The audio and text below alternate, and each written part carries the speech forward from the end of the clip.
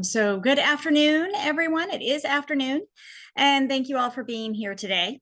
I will be recording the meeting today for those of you who could not be with us at this time, and so I'll be sure to send that video link out in our upcoming BHI Network Policy Digest, not the one you just received, but the one for next week.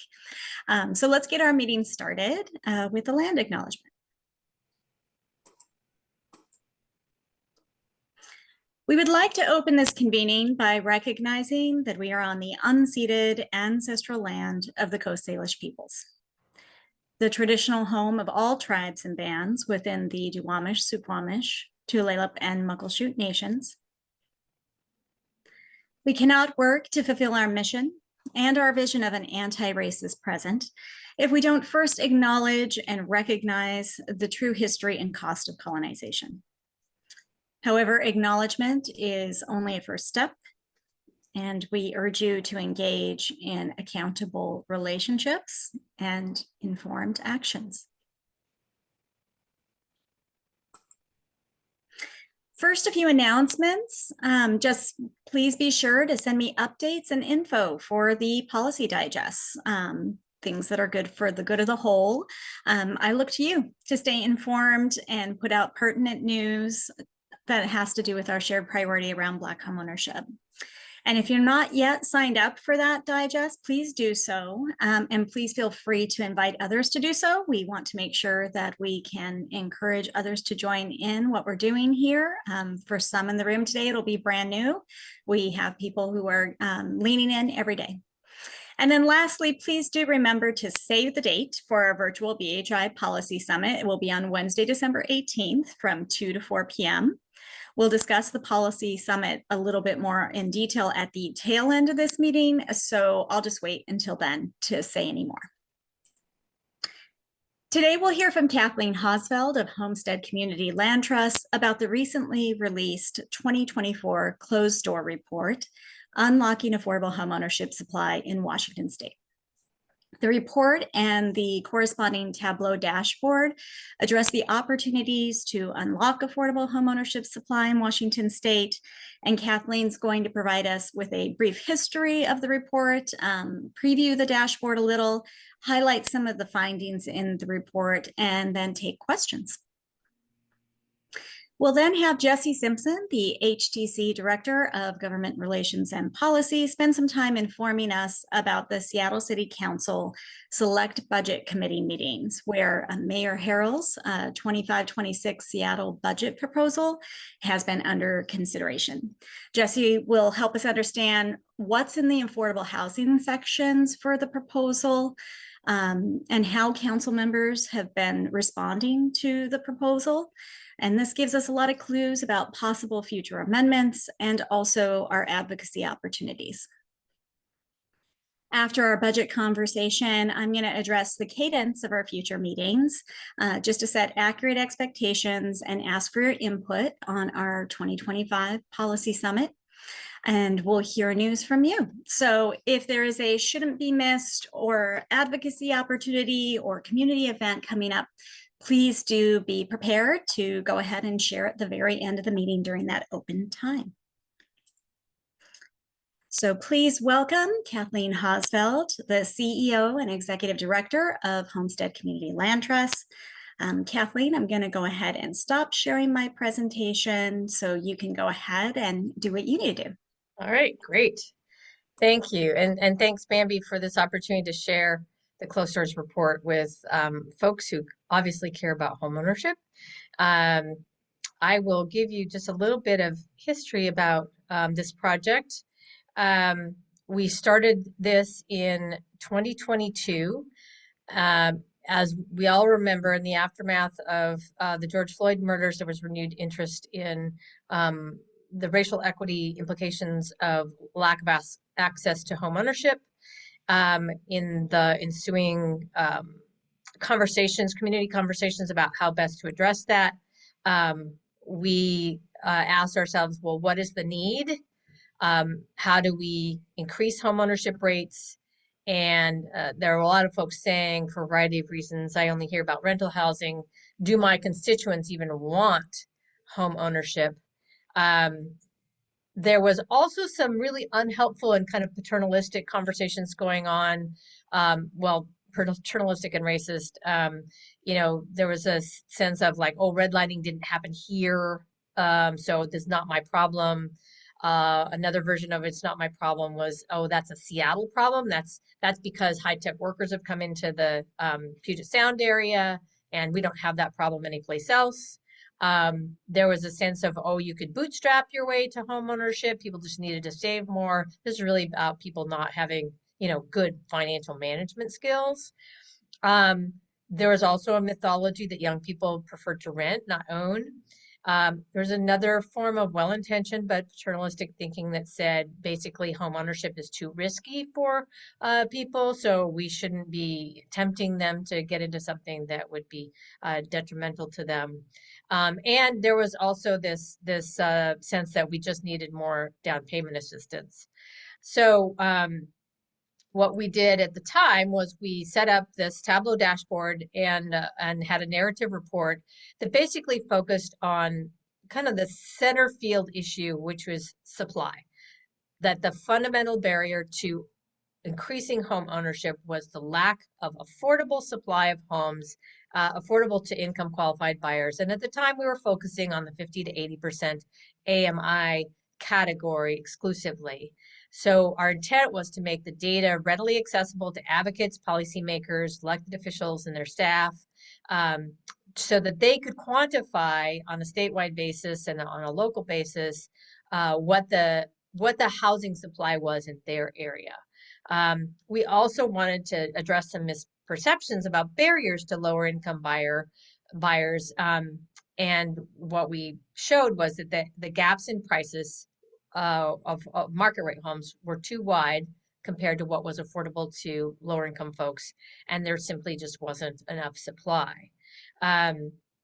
So fast forward to 2024, we I'll say our partners in this was Redfin and a cast of folks, including our data scientist Brian Chu, who created the original task for Tableau dashboard and report. As we 2 years later, what we recognized was that the conversation has changed. Homeownership got a place at the table because of the aftermath of the racial reckoning of the 2020 era. But as we've continued the conversation, that conversation about how best to create first-time homeownership opportunities for folks has evolved. And at the same time, we're hearing at the national level this conversation about, well, the best way to get people in their first time home buying opportunities is $25,000 amounts of down payment assistance, which as many housing related issues at the federal level is out of step with the realities of high cost markets like ours, where there's huge income disparities and huge gaps between what is affordable and what's available. So in 2024, what we were seeking to address in the report was more of the present questions that we're asking in this space and others. How do we create new homeowners quickly? How do we scale this? How do we increase the numbers? How do we address racial disparities as we do that?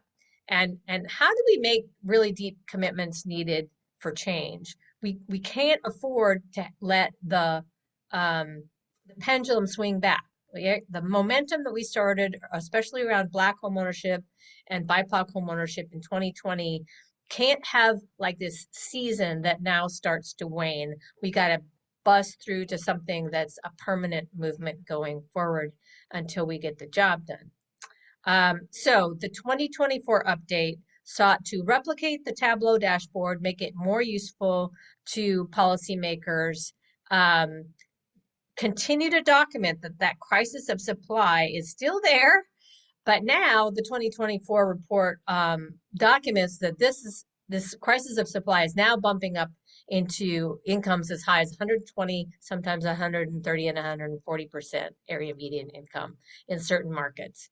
We again want to make the data readily accessible to advocates, policymakers, and elected officials. You don't have to pay anything to access this dashboard. It's a free tool for folks that are still working on their comp plans and looking at the disparate impacts of home ownership and other policies on a local level. They can use this tool to actually measure home ownership rates of people of color and compare that to their white counterparts and understand better what those disparities are.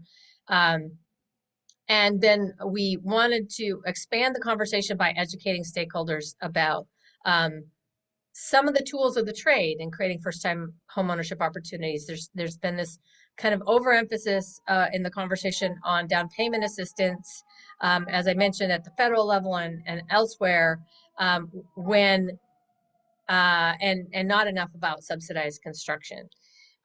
So we went into the thinking about doing this report this time around, wanting to study under what conditions does down payment assistance really create the better tool to get people into homes versus where, under what conditions do we know that new construction is going to be subsidized construction rather is the better tool.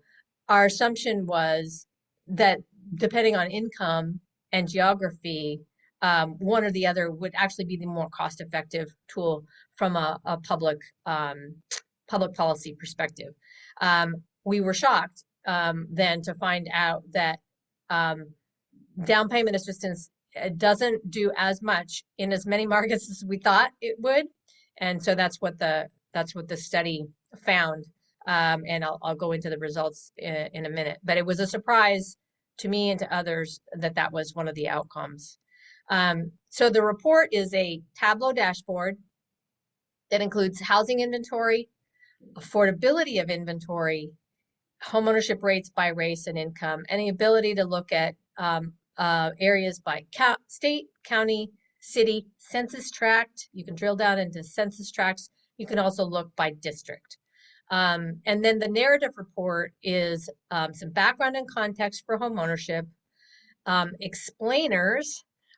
When we in the affordable housing industry talk about affordability, what do we mean by that? Because it's different than what bankers and real estate brokers think.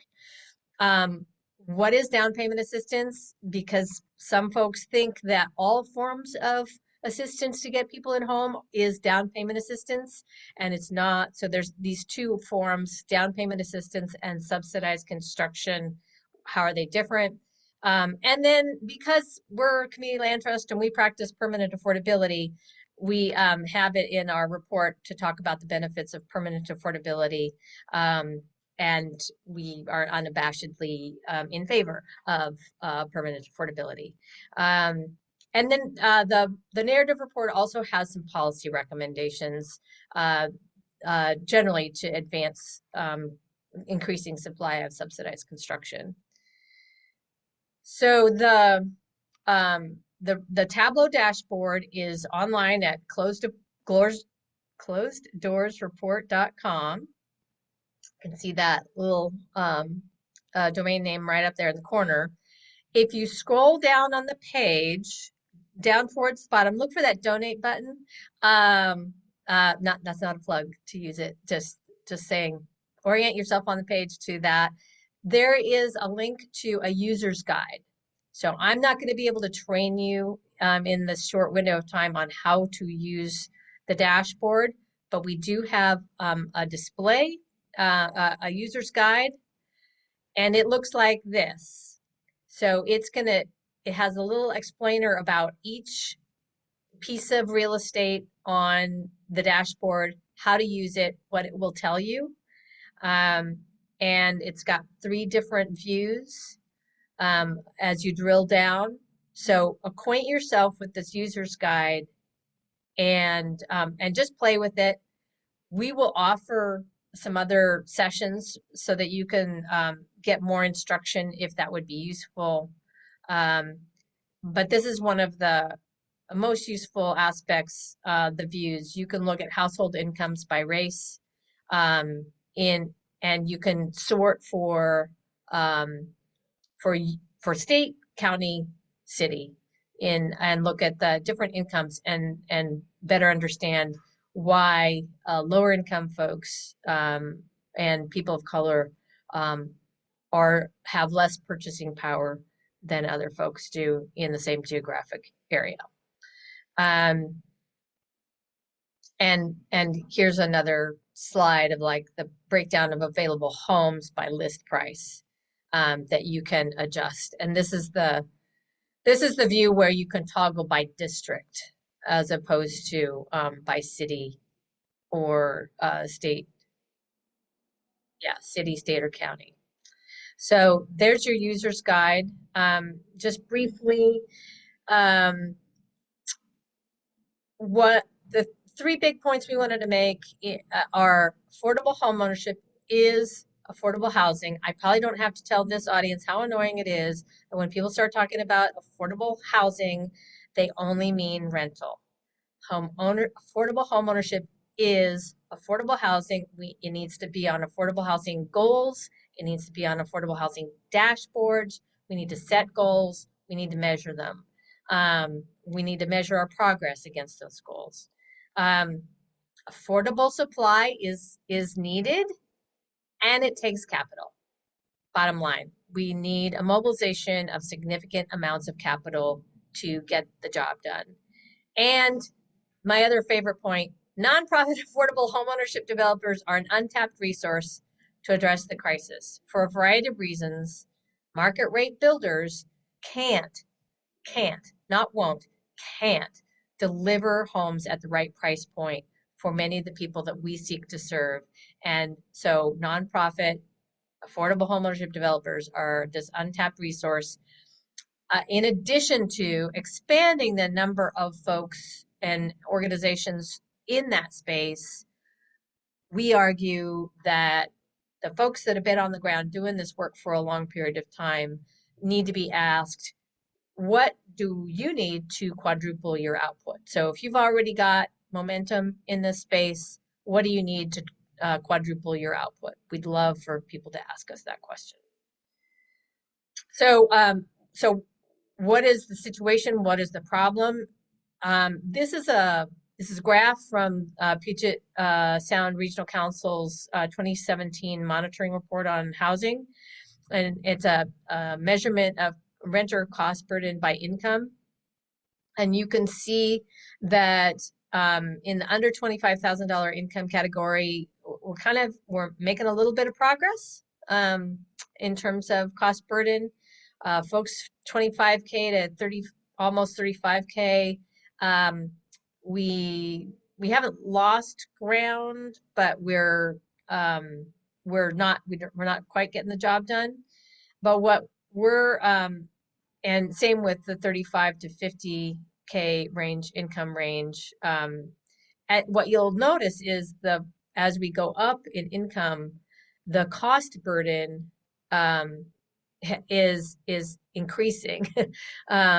So that points to a need for investment in the upper end of the affordable housing spectrum as well. So you see here that in 2010, people whose income was 50K to 75K annually, 25% of those were cost burdened by their housing. 10 years later, it was 52%. This is what we've been talking about, of this hollowing out, this missing middle of a lack of investment in that income category. And what's missing is affordable homeownership, and what's needed is a different way of thinking about our how we see the spectrum of affordable housing. The narrative report goes into detail in explaining down payment assistance versus subsidized construction. So down payment assistance assumes market rate prices and gives the buyer more purchasing power. So we're going to add up to $150,000 to your capacity to purchase, but you're going to go out on the open market and you're going to find a home that's affordable to you with that assistance. Those loans often are not, they are often loans. They can be 0% loans, but they often have to be paid back when you sell the home. or if you refinance. Subsidized construction comes at the challenge a little bit differently. It says we're going to subsidize the price of the home down to what modest income buyers can afford. And then in permanent affordability, we control the appreciation, the escalation of that home price over subsequent resales to keep the homes affordable permanently going forward, resale after resale. So those are two different ways to crack the nut of how do we get more people into their first time home buying experience.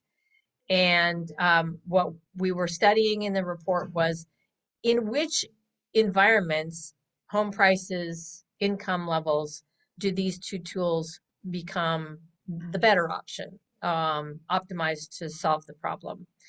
And as context for that, this is something that is often shocking to folks when they see it. Back in the 1990s, the price of a median home, that's the greenish teal bar, and then median incomes were close to each other. In fact, incomes were higher than the median home price.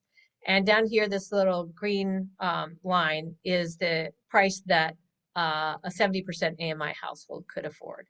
And you can see that going up into the 2000s, everything kind of closely tracked. And this was the time period when $25,000, $50,000 of down payment assistance could close that gap, and people could buy on the open market and get into their first home.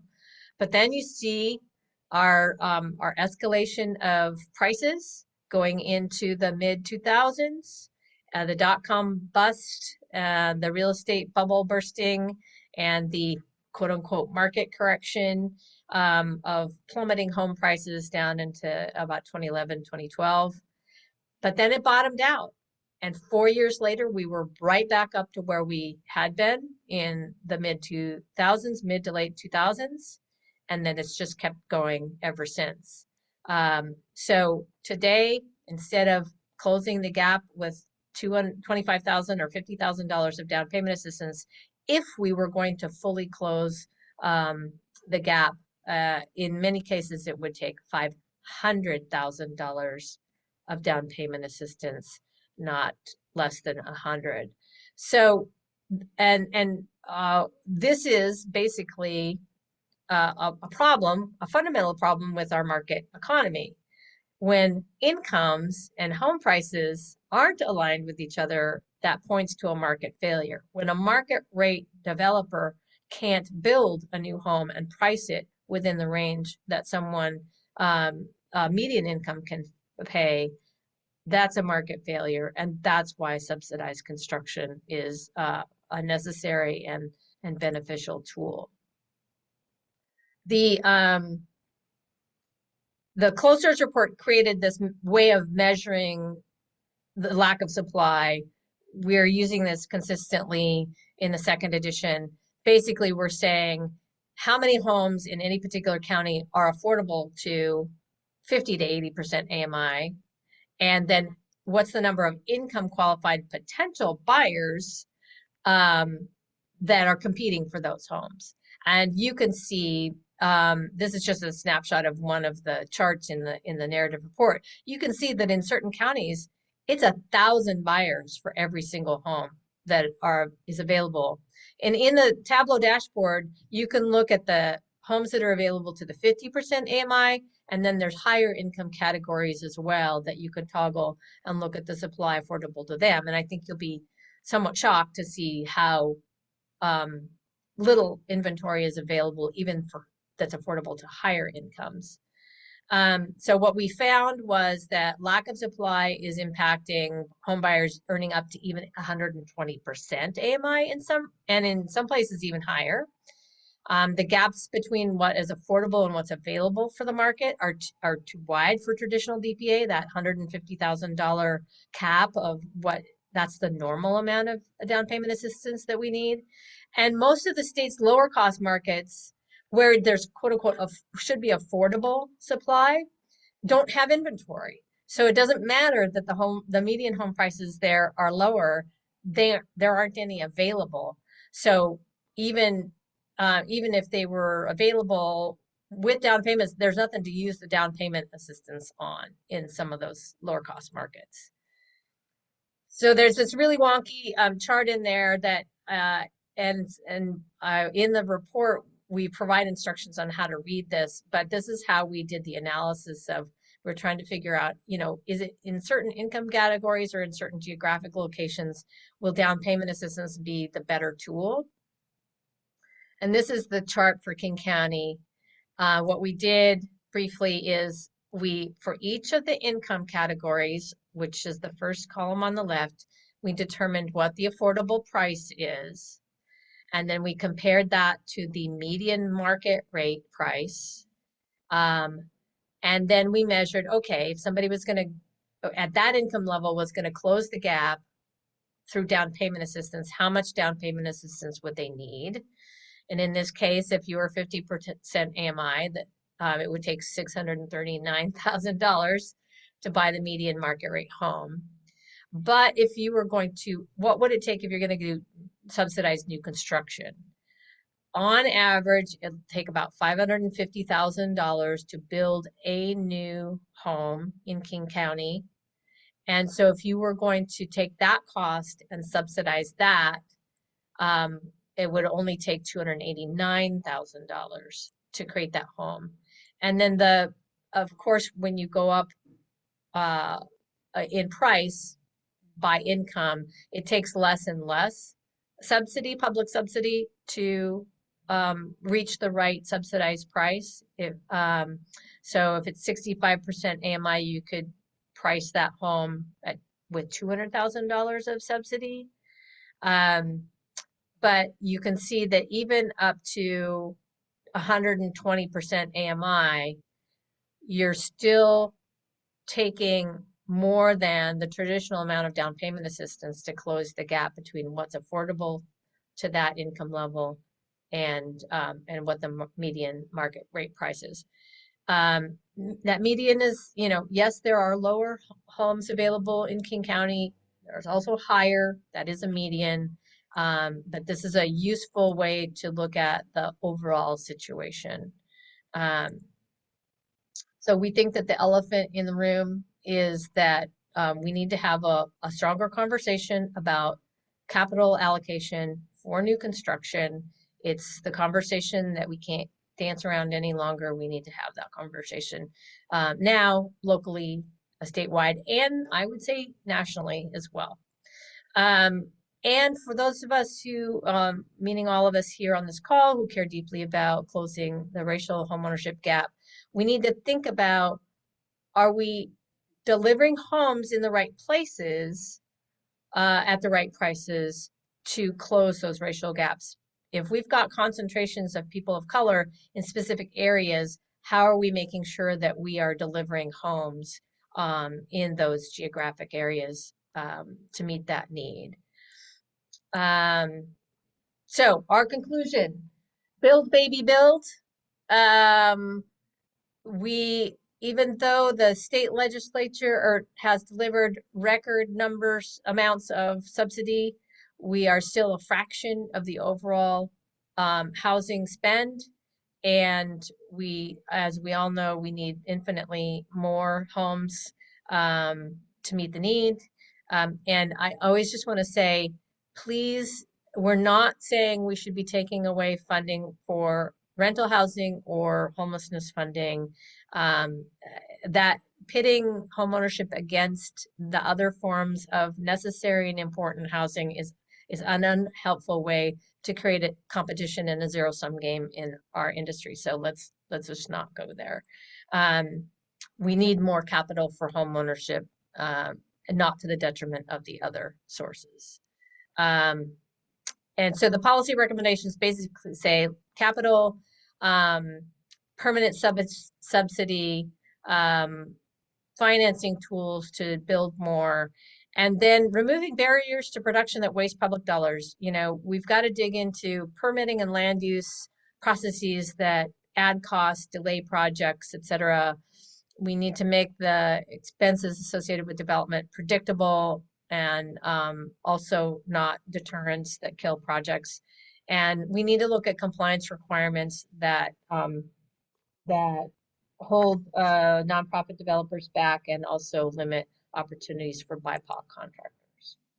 So I'll stop there and answer questions.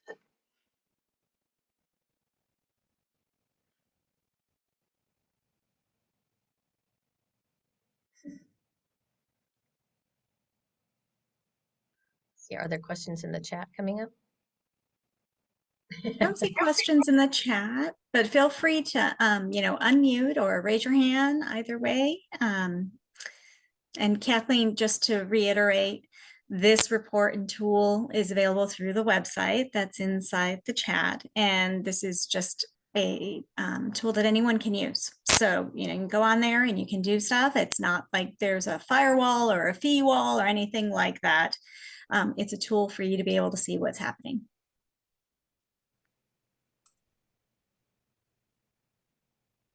Everybody's speechless. Sorry, that was a lot to throw at you on a Friday. Feel free to email me. I'll make the slides available to Bambi and she can share them out. But if you have follow-up questions, I'm also saying that if people want a more full training or webinar on this and a conversation with your particular group that you're working with or affiliated with, happy to do a one-on-one with your group anytime.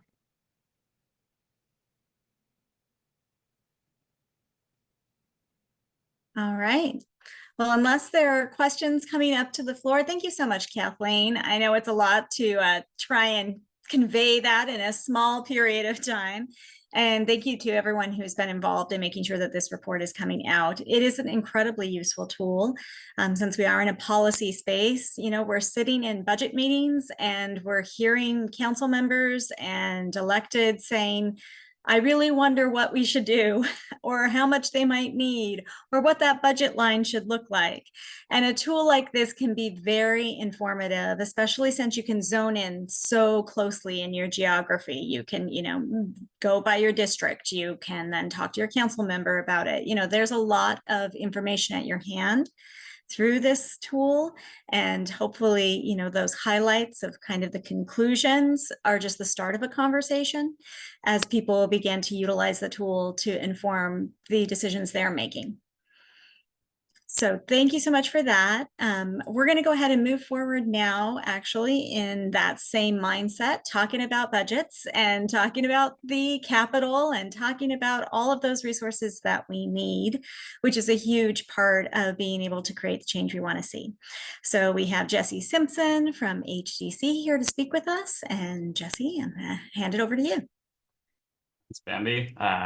Feels like I was just speaking to you all, but happy to come here again and give you an update on the Seattle City budget and analysis of Jumpstart.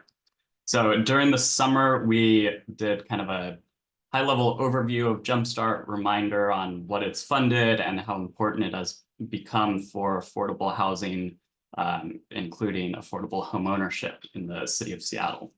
And also looking ahead to what we knew is a difficult budget year.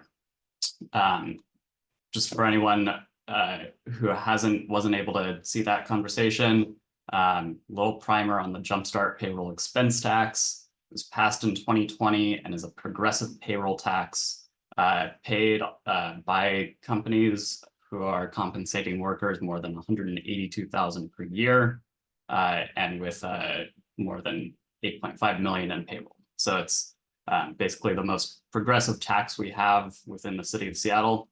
It's also now the single largest revenue source in the Seattle city budget. Early on, it was estimated to raise 214 million per year. That number has been consistently exceeded, and we're now projected to raise 430 million in the 2025 budget through this Jumpstart payroll expense tax. There is a long-term spend plan associated with Jumpstart, dedicating funding to the most critical needs of affordable housing, Green New Deal, equitable development initiative, and small business support. These were crafted through a lot of stakeholder engagement back in 2020 to try to get at the root causes of a lot of the problems facing Seattle and really scale up investment in affordable housing and equitable development.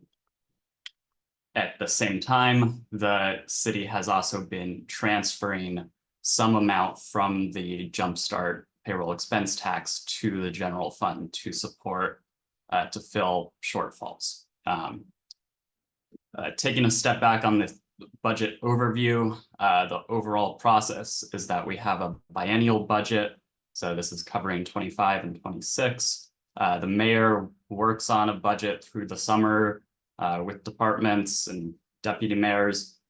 That proposed budget is released in late September, and then it moves into the city council to review the budget, propose amendments, create a balancing package, do final amendments, listen to the public, and then pass the final budget in late November. Going into this budget, we have a $250 million projected general fund deficit that needs to be closed. Jumpstart revenues are high, but have a high potential for volatility as well.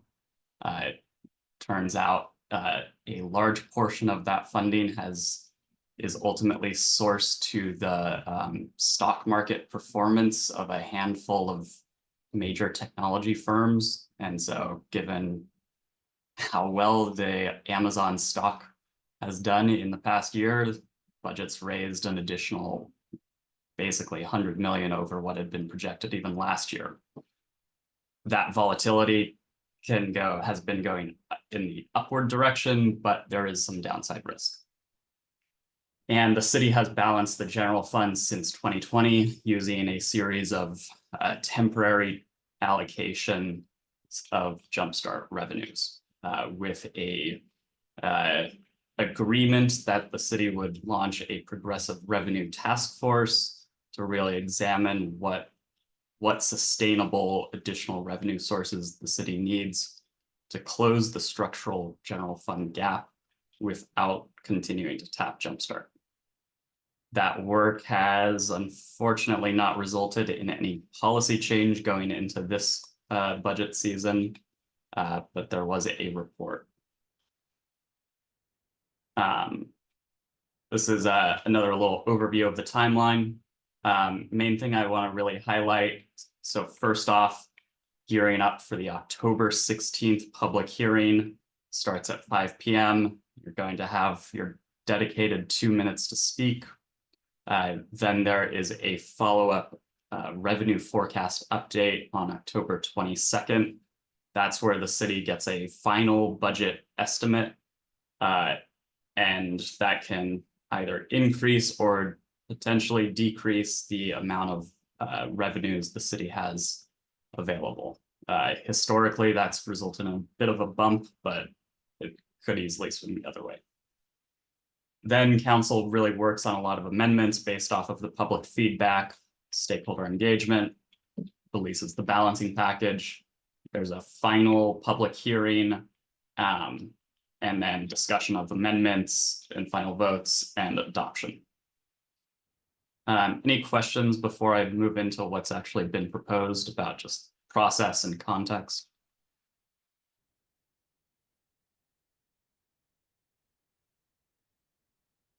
All right.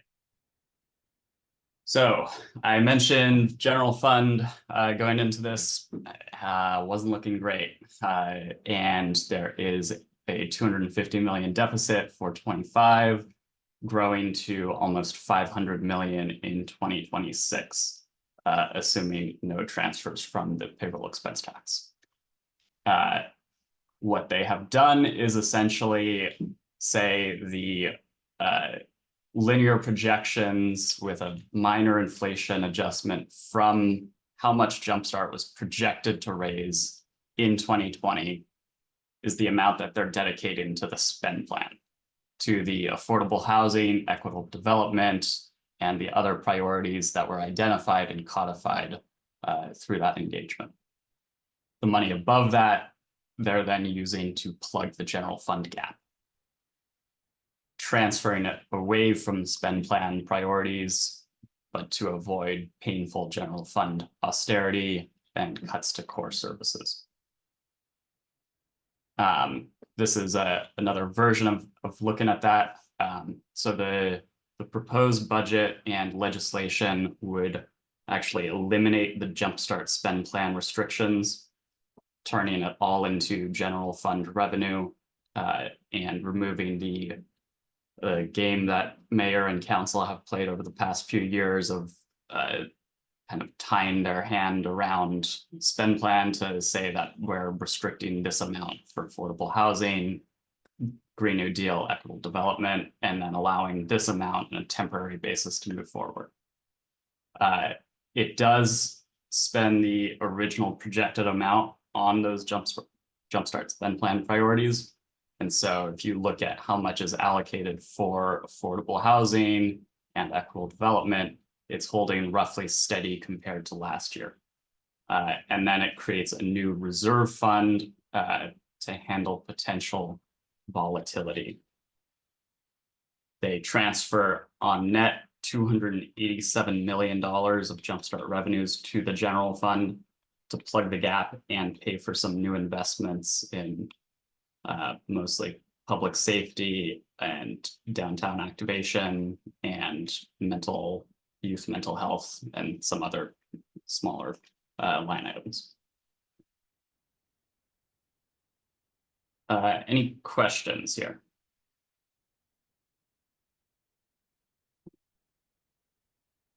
So the city is making a pretty good. Jesse, I had a quick question, just back at that screen that you had there. So this is very different, right? So in none of the other conversations in the past years has it been that, you know, we're just going to get rid of the whole idea that the Jumpstart funding has to do with spending around housing and equitable development and just roll it into the general fund. Mm-hmm. This is the first time where there's going to be legislation that says that's exactly right. This is basically just more revenue for the general fund. And so the council and the mayor will determine where money goes, but it isn't going to be a dedication the way that the fund started. So it was a dedicated fund source.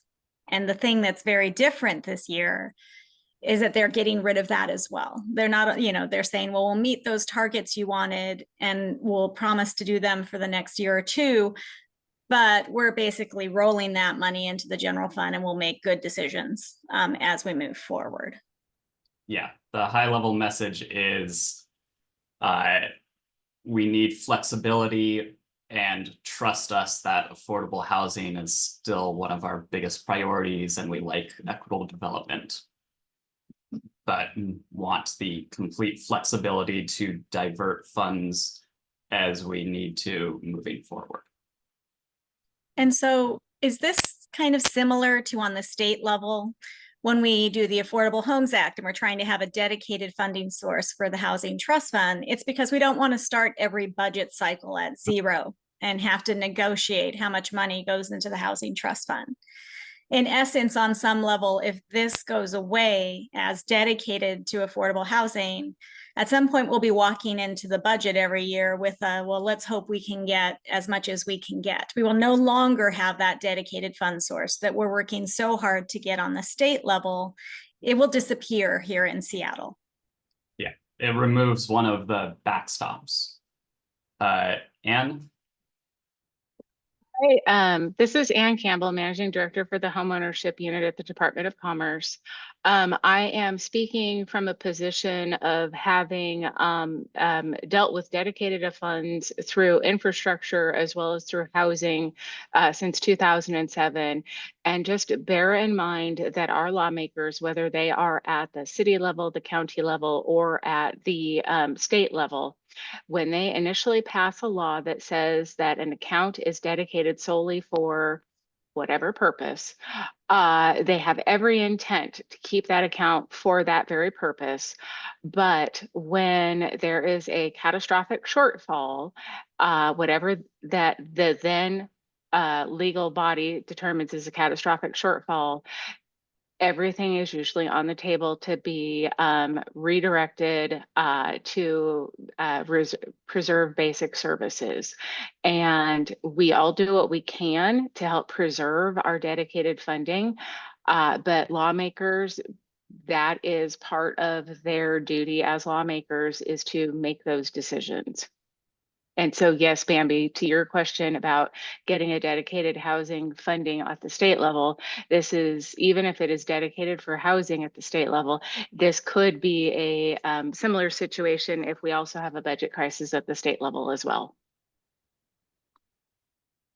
Yes, it is. The concept of dedicated revenue is, again, the bit of tying hand behind back, but it is a point around which you can rally advocacy, and it provides a starting point for each of the budget conversations.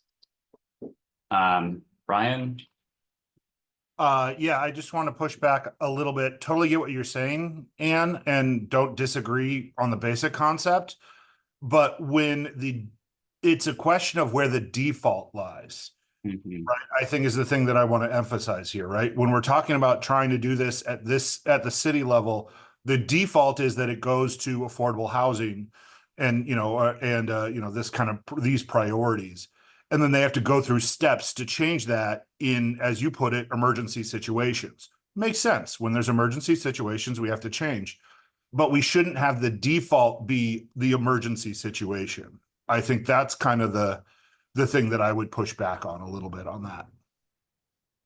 Yeah. So. Moving through a little bit more of the how much has been allocated.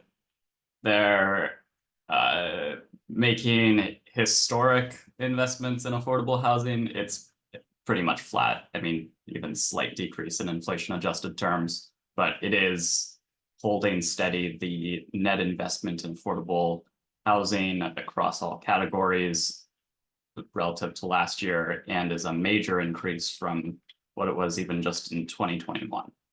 Of this 342 million in total affordable housing funding at the city level, 30 million of that's going to affordable home ownership, about 300 million to rental, and then the 11 million to housing and administration. And that's projected to also remain relatively flat into 2026. And it's a similar story for Equitable Development Initiative, more or less holding net investment flat right around 21 million.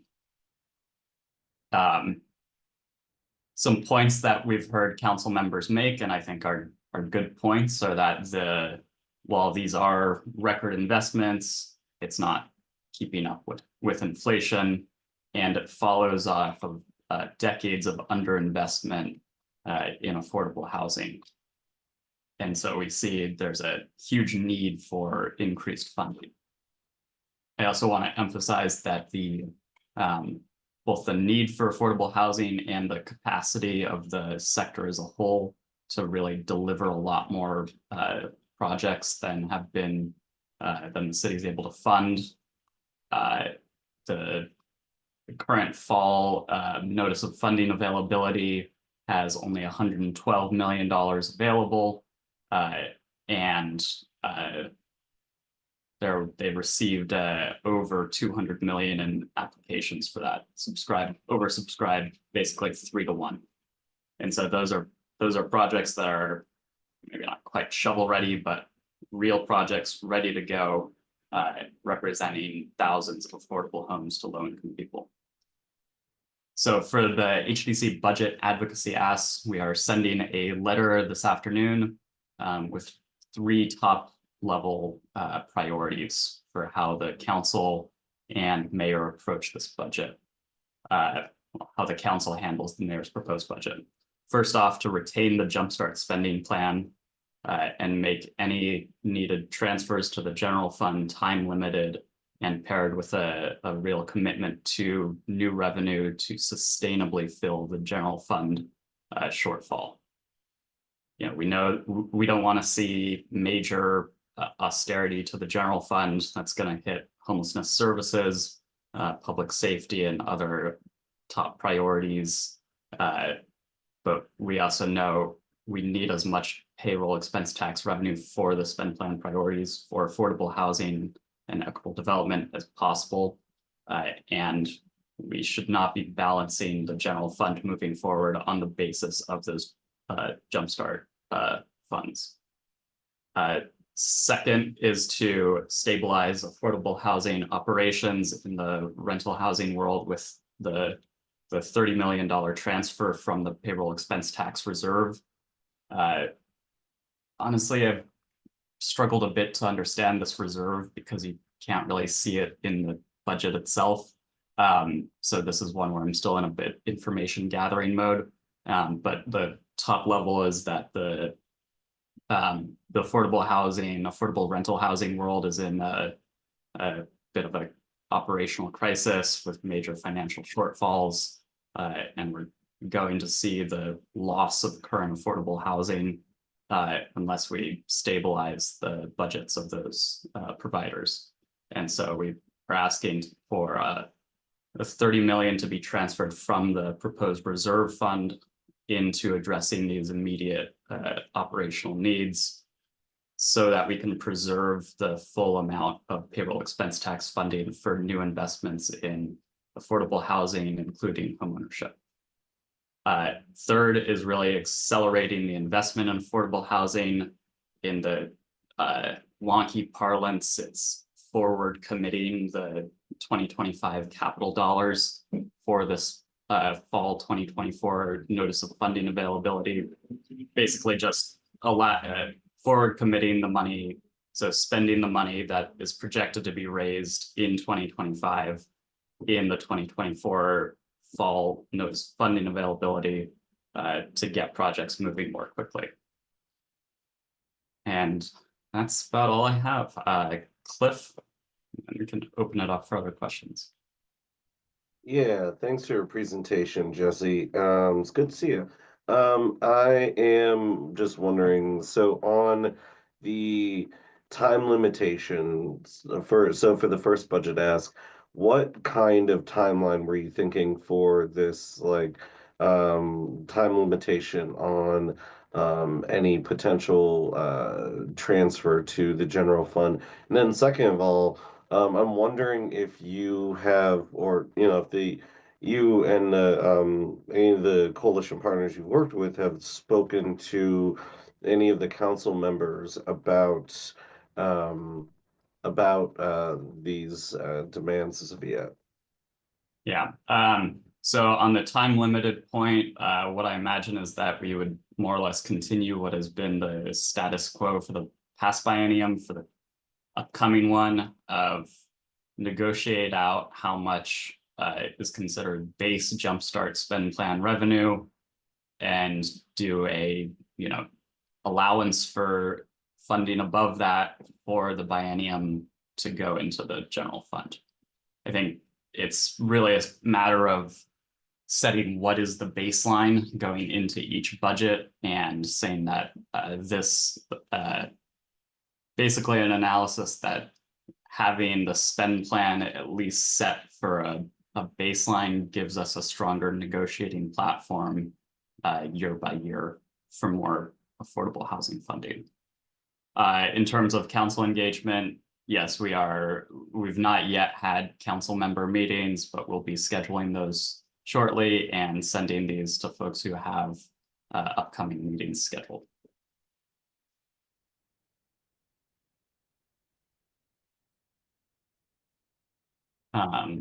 Ryan. You mind if I raise the stakes a little bit here, Jesse? Yeah, for this go for it. I mean, as home ownership providers and as folks who build home ownership units, as we all do, I'll note I did listen in on the council hearing when they were talking about the budget. And I think that it's really, really important to note just how much the council intent is likely going to listen to us as affordable home ownership providers. The conversation that was had very much focused on, like, I think every single council member asked about home ownership. as a component of this, right? It was asked on numerous times about what are we doing to make sure we're building more affordable home ownership? What are we doing to be able to increase the pipeline? What kind of partnerships are you guys working on to develop more affordable home ownership options? I mention all of that to say that, at least in my opinion, and maybe others can disagree, but in my opinion, at least for that first bucket that retain the Jumpstart spending plan into the future, that's going to largely rely on the advocacy of folks in this room to make happen. I know we're having those conversations with council members as well, and emphasizing in particular the fact that this is understandable that this is a huge problem and we need to address this as far as like this current emergency. And yeah, it makes sense to take money out of the bucket that you can now, but don't make that permanent. Like that's what our essential messaging has been. And I just want to kind of really strongly urge that as we all have conversations with council members, as we plan on doing with testimony in a couple of weeks, that kind of thing, that we emphasize, one, that we're homeownership providers, two, that we're part of the Black Home Initiative, and three, that we need to preserve the long-term integrity of the Jumpstart spending plan. So just wanted to really kind of emphasize that. This is going to be a lot on us. So I just want to make sure to emphasize the importance of all that. Thank you.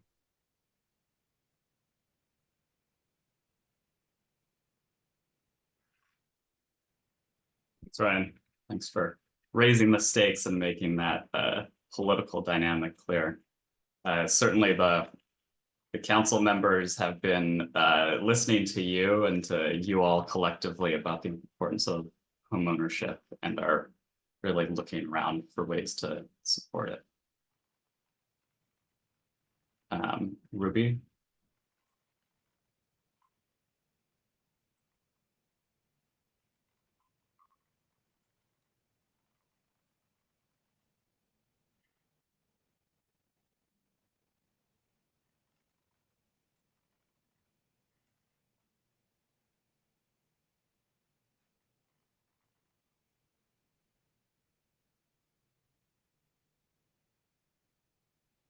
Well, Ruby's, Ruby, I think you're muted.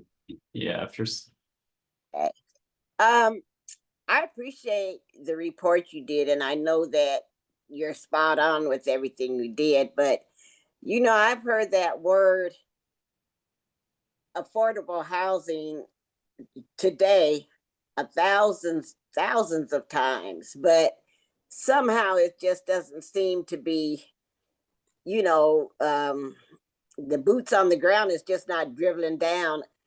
Even since I've been in Seattle, which was 2016, there were still some affordable housing left, but shortly after that, I haven't heard of any affordable housing, not home ownership possibilities, not renter getting affordable housing. I know it's out there, but it's just not getting to the boots on the ground. We're just not hearing about it. We're not seeing about it. So it's really very hard for people to really understand and really believe that there's been any affordable housing in any level in Seattle. So do you think it's a perception problem, or what's your take on that? yeah, I think there is a widespread like lack of awareness about how much affordable housing does exist within the city of Seattle and how much we have been expanding it. We're at about 20,000 total affordable housing units across the city, generally scattered within the existing neighborhoods in a way that does not look to people immediately like affordable, what they might have in mind when they think affordable housing. I think there's also a reality of, as much as we've scaled up this investment recently, it takes a long time to get developed. And so you might have the pipeline of affordable housing is growing, but it's still going to take some years to get open.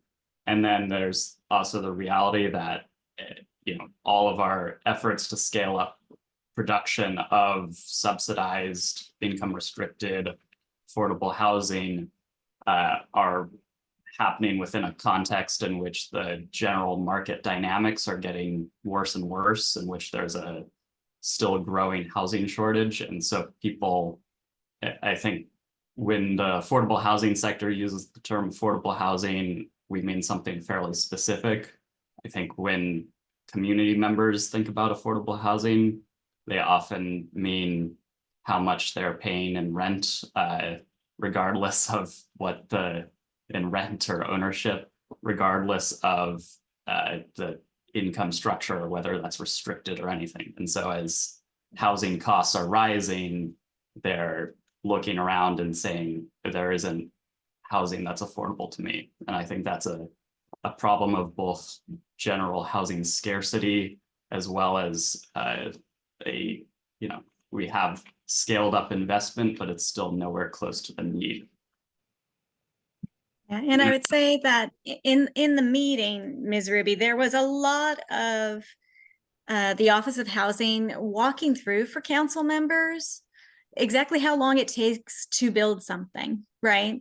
That unfortunately with something like housing, it's not an immediate fix, that it can be, 0 to 3 years to even get to the point of a groundbreaking. And then of course could be another 1 to 2 years just to construct and be able to move into that space. So that's why we have a group like this, where we are looking at the issue around Black homeownership across all of the different possibilities, how we finance it, where we're getting our resources, how are people ready to be homeowners, do they have the right kind of financing? So that's why we have a 7-point plan. And there's so many different parts of that plan that are working on this problem all together. And I think that's why we're creating impact. When we were in this hearing, we heard the Black Home Initiative brought out by the Office of Housing as an example of things that they are seeing that are positive movement forward. And we had recognition from council members that we exist and that we're entering the conversation. So as the policy group, it's our job to continue to forward the enabling environment, to push forward those policies and push back against policies that are not going to help us meet that shared priority. But we're definitely not going to get any instantaneous results, right? We're going to have this be, it took us this many years to get into it. It's going to take us a long time to get out. And in that slide that Jesse was showing, that's 20 years of underfunding. I mean, only in 2021 did we even break above a certain teen number of millions of dollars we were doing for all affordable housing. And I think that the current council, because they're brand new, they're also learning this and they're understanding. They want quick results. They want it to be happening. They're looking for, quarters in the cushions and the solving that's going to be an easy, quick win, and is just not there. So we'll continue to work together as a group to try and do what we can to move these things forward. But I will be creating some talking points. I'll be creating some opportunities either for us to do a sign-on or for us to just have talking points to be able to sit in when we have these opportunities for public comment. But this all has just happened in the last 7 days. The mayor brought it out on the 24th, and then they immediately started having the departments run through the budget. And what's really interesting in those meetings is what questions get asked, because it tells you about the values of the council member and it tells you the potential for amendments and for advocacy. And as Ryan was saying, I would say home ownership came up 15 to 20% of the minutes of the total meeting. It was every single council member speaking about it, wondering what to do better. And so I feel like that's a really great position for us to be in. And that's thanks to you and everyone else here in the room who is leaning into this work so that we can have this influence and try and these are incremental things, and sometimes then they're big and sometimes they're small, but it is something we need to do moving forward. But Ms. Ruby, you may have another question, but unfortunately we're at time for this section. So just to make sure that we have time for everything else that we have, I'll just ask that if you didn't get your question in during this section, I can put Jesse's email here in the chat. Sorry, say that. I'm sorry, I didn't hear that. I'll put it in the chat. Oh, that's great. Yeah. And I'll also put in Jesse's email here so that you could reach out if you didn't have the opportunity to have a question answered today during this time period, then you can reach out to Jesse. You can always reach out to me, and I will try to do the follow-up after the meeting. And just one word on the advocacy and letters. I think it's probably in the budget process more impactful for individuals and individual organizations to send their own letters, but we are happy to share the talking points on our own letter for you to, adapt and personalize while, coalescing around the same policy tasks. Yeah, I mean, I think the more that council members see thousands of letters coming in that say the same thing, this is a priority for us and we want you to be good protectors and stewards of it. It means a lot. It means a lot when providers come. It means a lot when coalitions come. But, those personal stories where people are affected and how it's affecting their life really do make an impact. We're all just people. And so although I can put out some talking points, or maybe we can do a, sign up, you can go ahead and reach out at any time, let people know what your priorities are. That's what I was going to say. I've been having some technical difficulties, which has been really frustrating. But I wanted to say that, I'm on 3 BHI committees and I'm extremely active with 3 community organizations, all focused on housing. So that's 6 meetings that I have on this issue ongoing. And when I come to the meetings, like I've said before, often we're one of the only, me and Miss Ruby are often the only homeowners that are not actually representing an organization in some of these, well, I guess Miss Ruby represents an organization in some of these spaces. I would love to participate with some of the policy work at the council level. I somehow missed that there was a meeting happening, but if there's someone that in the digest, was it listed in the digest or something? Yeah. Yeah, all of that information is in the digest and I'll bring it up as much as I can in a timely manner. Okay. But yeah, we're in the process. So last week's digest laid out the entire process and it had all the links for all of the meetings. This week's digest had links to some of the videos to the sessions and also, again, links to how how to do those meetings. But always reach out via email to me if you have any questions, happy to help. But here at this policy group meeting, we are working towards the homeownership policy framework and getting everyone together in this coalition to be able to advocate together. So our voices are very strong together and our voices are also very strong in our separate ability to be able to reach out to council members in our district, to be able to, reach out to other electeds. So all and everything of the above. We need it all, both and. Thank you so much, Jesse. Did you have any last statements you wanted? Because we're going to just move on to our next section here. No, thank you all. All right, great. Thank you so much for that. And again, this is a in the moment, developing in the second kind of scenario. So please do. I will try to put out a different type of action alerts into the digest and try to summarize as much as possible what's happened in a big week at that end of the week to prepare for the next week. And always reach out, absolutely. So I'm going to go ahead and share my screen again real quick. There we go. And hopefully everyone can see that. So for this next little while, we're going to take some time to just reset our expectations about the next few months of our policy group meetings so that everyone's on the same page. So as you know, we use our monthly meetings throughout 2024 to hear from policy champions and determine which policy actions that are coming up for passage in 2025 might most effectively increase Black homeownership. So we take what we hear and then we turn that into the list of actions we select into our homeownership policy framework. And then we focus our advocacy for 2025 on those policies to help further our shared priority on Black homeownership. So we have one more scheduled policy group meeting this year for November 1st. However, there are some state policy actions that are still in the planning stages. And so we might need to add an additional mid-November meeting to provide an opportunity for those actions to be heard. If that happens, then we'll see an invitation come out from me for an additional meeting. I already have the agenda for November 1 completely full, and yet I have other policy makers coming to me to say, you know what, we're planning to do this in 25, and we'd like a little time to talk about it. So I may be creating a mid-November meeting. In December, we do not hold a regular policy group meeting. Instead, we hold our virtual BHI Policy Summit.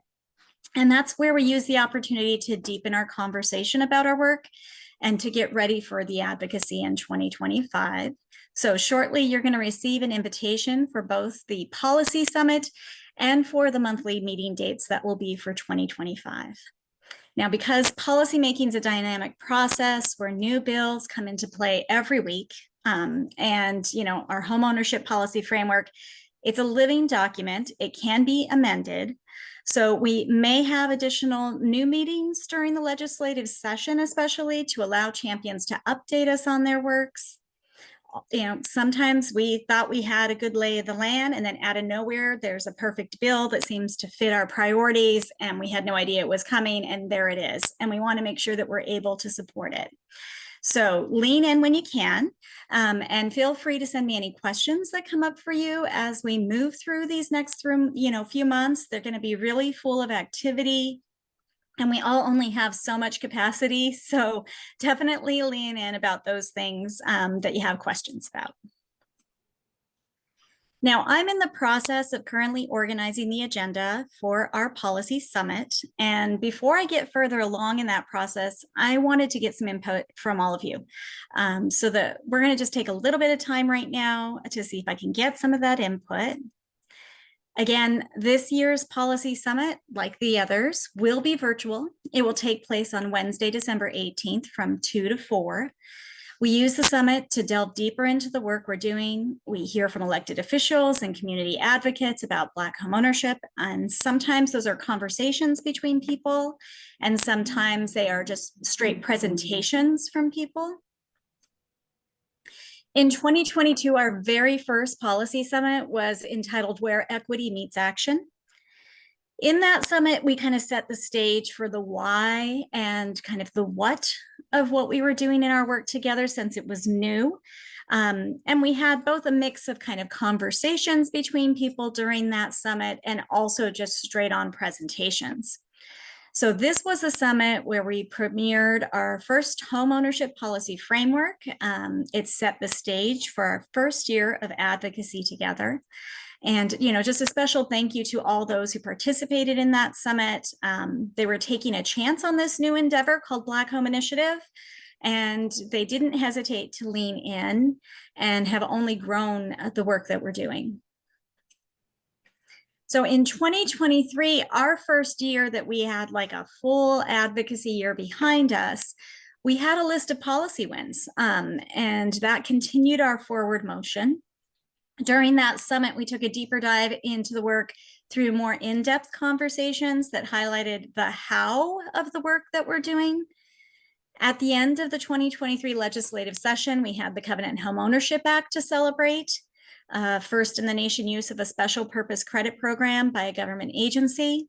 So we were creating that change from the ground floor up. We were challenging the status quo and making it possible for historic harms to begin to be addressed. So right now, today, more than 40 new low to moderate income homeowners who were affected by decades of discrimination are now living in their new homes because of this act and the support it provided. And there are more in the pipeline ready to go. And, heading back to what Kathleen was saying, this is a down payment assistance scenario, but we also came back the next year to try and address the supply side, getting some basic development funds for buy-in for organizations who wanted to do development, putting some money to homeownership counseling to get people ready, and then also putting some money to try and come up with a more cohesive plan of how are we going to get to the supply we need. As Kathleen was saying, supply is a huge issue with whether or not we're going to be successful at getting people into homes. So this one did put us on the radar, the CHA. It put us on the radar of legislators. And throughout 2024, we have been hearing about Black Home Initiative in policy spaces at the local level, at the city, at the county, at the state level. And we're going to continue to use this momentum in our 2025 advocacy. So with that in mind, I look to all of you for your input about what you want to see during our policy summit. So we could do conversations or presentations or a mix of both. Who is it that you're wanting to hear from? You know, what do you want to hear about? What's going to get you fired up for advocacy for 2025? You know, BHI is originally an idea of a 5-year goal, and we are in our 3rd year. And so it's interesting to be past the halfway point and to kind of see where we are and where we need to move forward. As we were talking about, building any type of housing takes time. And so those goals are ambitious, but we want to stay true to the integrity of the work. And so I'm just opening it up to all of you to look for your perspective about, you know, what would you like to hear? What's going to make you tune in December? I'd love to hear from you. So I'm going to stop sharing here, and that way I can see you.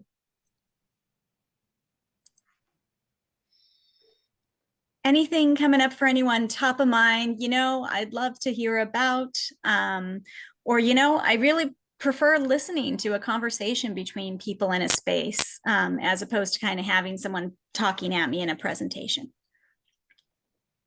Ms. Ruby? I'd love to hear a conversation started about preserving existing affordable housing, the multi-family houses that are scattered all throughout the CD, and I'm sure other neighborhoods that generally get torn down for these new constructions that take forever to make.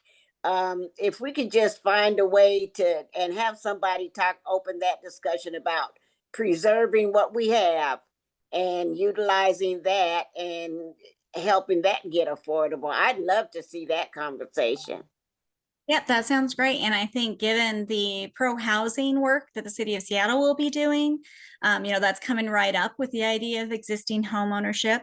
Of course, you know, there is the Sustaining Existing Home Ownership group, which you are a part of and which everyone is invited to attend, where really that is the bread and butter. You are diving into those topics every time you have a meeting. You're figuring out what the next steps are. And then when those become something with a policy that has a champion behind them, they come into this room and we can motivate. And the pro-housing is one of those things happening now. So definitely put that on the list and see what we can do. Anyone else in the space? I would love to understand if people are like, I get engaged by a conversation and I would much rather hear that than having a presentation of information. I think we're all Zooming all the time. We're all the passive recipient, but maybe that's just my personal preference. I recently attended an event with Kathleen a couple Saturdays ago, and it was very powerful to hear directly from a lot of the Black-led organizations. And so I know that there's a Black Executive Housing Caucus, Black Housing Executive Caucus that is newly formed.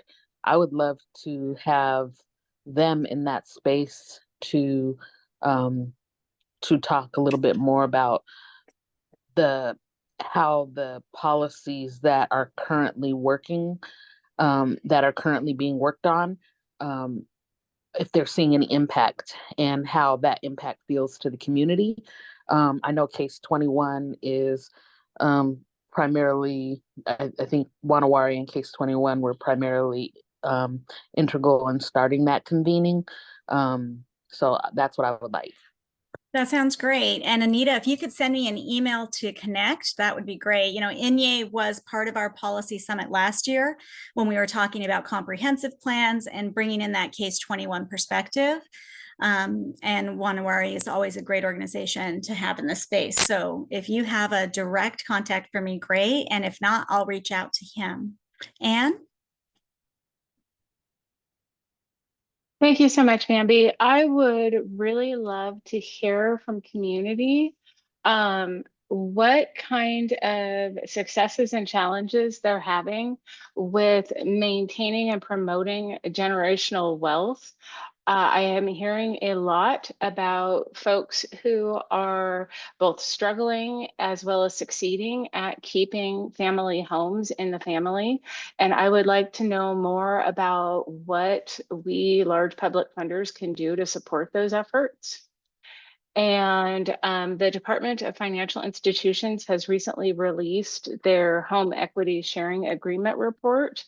And I would like to know more about how that is impacting communities and what policy challenges or opportunities are cooking around that report effort. That sounds great. And I'm so happy to have this room full of people who know all these things because, you know, I can only have so many tentacles to my octopus body. And that is the whole power of being a coalition together. So Anne, if you could send me forward that report or any connections there, I would love to figure out what we could do. Well, I want to make sure we leave some space for all of you if you have any news to share with others. So this is definitely a process that's happening right now, and go ahead and shoot me an email. Let me know what you're thinking. Connect me with anyone who you think could really be a vibrant and motivating speaker in that space that we create together. I really value your time. And so I want to make sure that, you know, if you're going to use that time to watch the summit and be a part of that summit, that it's going to be something that can resonate with you and that is furthering the work that we're trying to do together here. So with that, it's just an open floor time at this point. Looking for any kind of news or announcements for the good of the whole. Anybody have something they want to share to make sure that we have on our radar before we see each other again on November 1?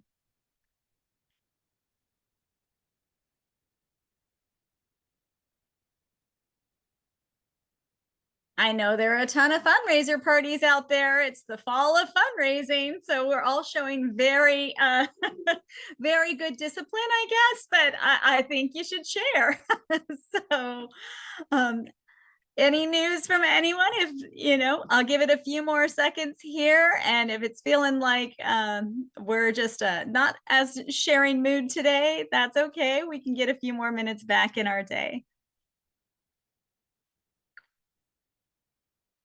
There we go. Thanks for that, Ryan. All right, it's Friday. And I feel for us all because it's raining, but I understand that this is a temporary state, that theoretically there will be sunshine this weekend and we will be looking at trees and going, oh, fall's so lovely here. We're not at 117 degrees. So I hope that you all have the best, most restful and rejuvenating weekend you can have. Given all of the many, many balls you have in the air. I am very appreciative of your attention and time and for your tuning in. And please do just reach out. I'm one email away and I'm happy to answer things that just, you know, they don't have the space or time here in this limited little moment. So please reach out to me. And yeah, October is a big fundraising, support the people that you care about kind of month, and you get candy. So everyone have a great time. I will see you back here in November on November 1st. Thanks, Bambi.